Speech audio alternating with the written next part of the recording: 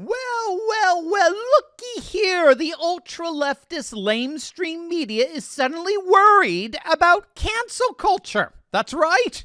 We're going to see why the left-wing activists disguised as journalists in the legacy media are now up in arms that so many influencers are getting canceled.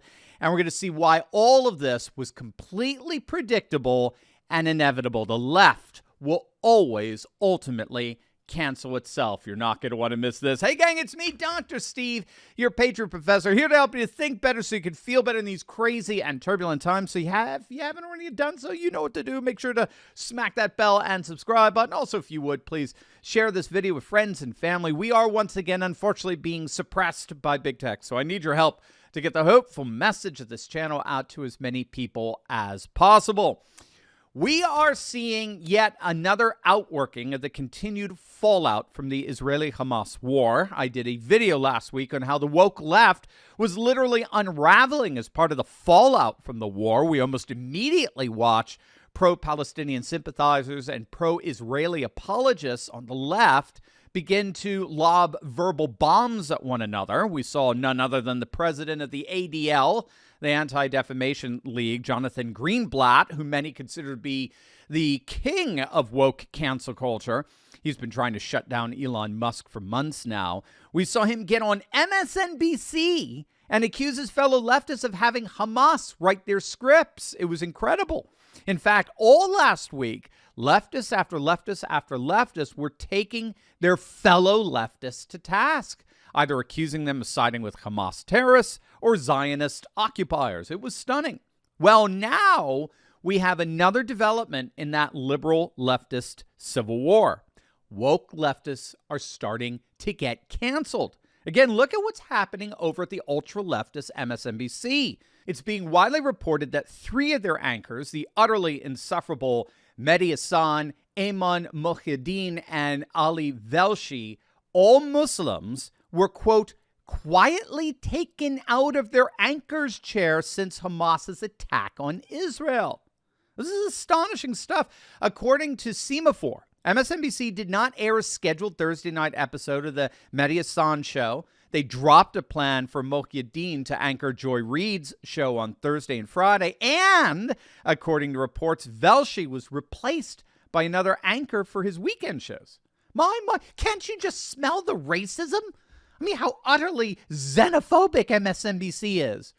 What are they going to do next? Have their anchors start wearing red MAGA hats? Now, MSNBC has been pushing back against this, saying, I kid you not, the executives there are actually saying that it was all a matter of coincidence. It was coinkydink. The changes in scheduling were merely coincidental, had nothing whatsoever to do with the anchor's sympathies for Hamas. In other words, gang, these far-left anchors just got canceled. MSNBC, of all imaginable institutions, MSNBC just canceled voices on the left.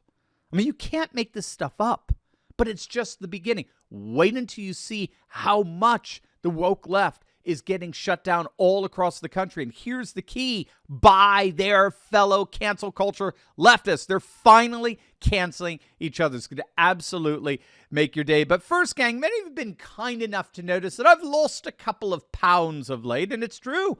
I've lost over 60 pounds. I've tried everything under the sun to lose weight, and nothing worked until I discovered the fantastic nutrition coaching of PhD Weight Loss. Gang, PhD Weight Loss is 100% over-the-phone nutrition and behavior coaching program that I simply cannot possibly recommend enough. I was able to eat delicious meals all while reaching my weight loss goals in record time, and frankly, it was one of the easiest things I ever did. They completely take out all the guesswork behind what, when, and how much to eat. They make the process painless, simple, and as easy as possible. Dr. Ashley Lucas has helped thousands achieve their health goals over the last 15 years. And the best part about PhD is that once you hit your goal weight, your maintenance support is free. So when you need that help readjusting, if you start to gain any of that pesky weight back, there's nothing to worry about. They got your back. Make sure to click on that link below right now and join myself as well as thousands of other patriots who are taking back control of our health. We all know the demons in Davos want us docile and unhealthy so as to remain complacent against their agenda, but your health goals are very much in reach. Speak to the very people who helped me lose 60 pounds by clicking on that link below right now. Our woke universities, which have been up until now the epicenter of woke cancel culture against the political right, are now beginning to cancel themselves. A few days back, Israeli billionaire Edan Ofer resigned from the executive board of Harvard's Kennedy School of Government in protest against the university's president's inaction in response to a student organization's solidarity with Hamas. But that, as it turns out, was just the beginning of the backlash. Billionaire hedge fund CEO Bill Ackman and several other business leaders are demanding Harvard University release the names of those students whose organization signed onto a letter blaming solely Israel for the deadly attacks by Hamas. These CEOs want the students permanently blacklisted from corporate America. And the students are freaking out over this. Many of them have recanted and distanced themselves from the letter in light of this backlash. But it's not just Harvard, and it's not just students.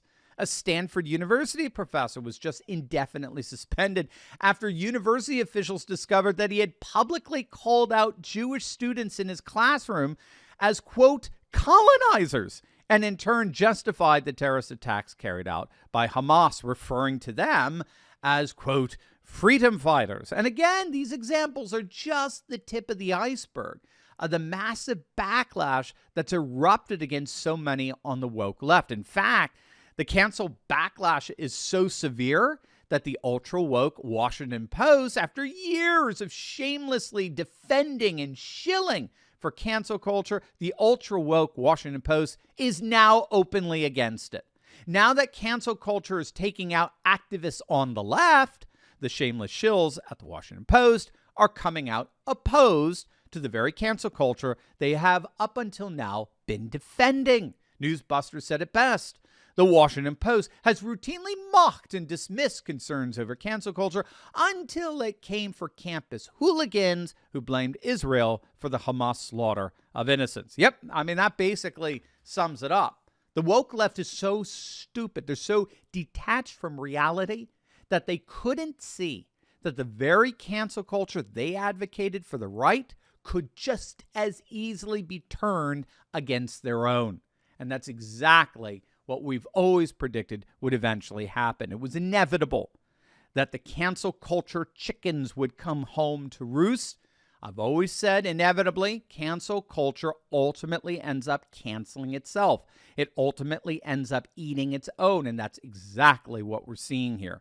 The moment that one woke wing no longer sees the other woke wing as a victim, the moment they see them as an oppressor or siding with violence, which inevitably happens when either side achieves power, they will start to impose on them the only tools they have to push back against positions they don't like, which is, of course, cancellation and censorship. The left inevitably cancels itself, and that's exactly what we're seeing happening right before our very eyes.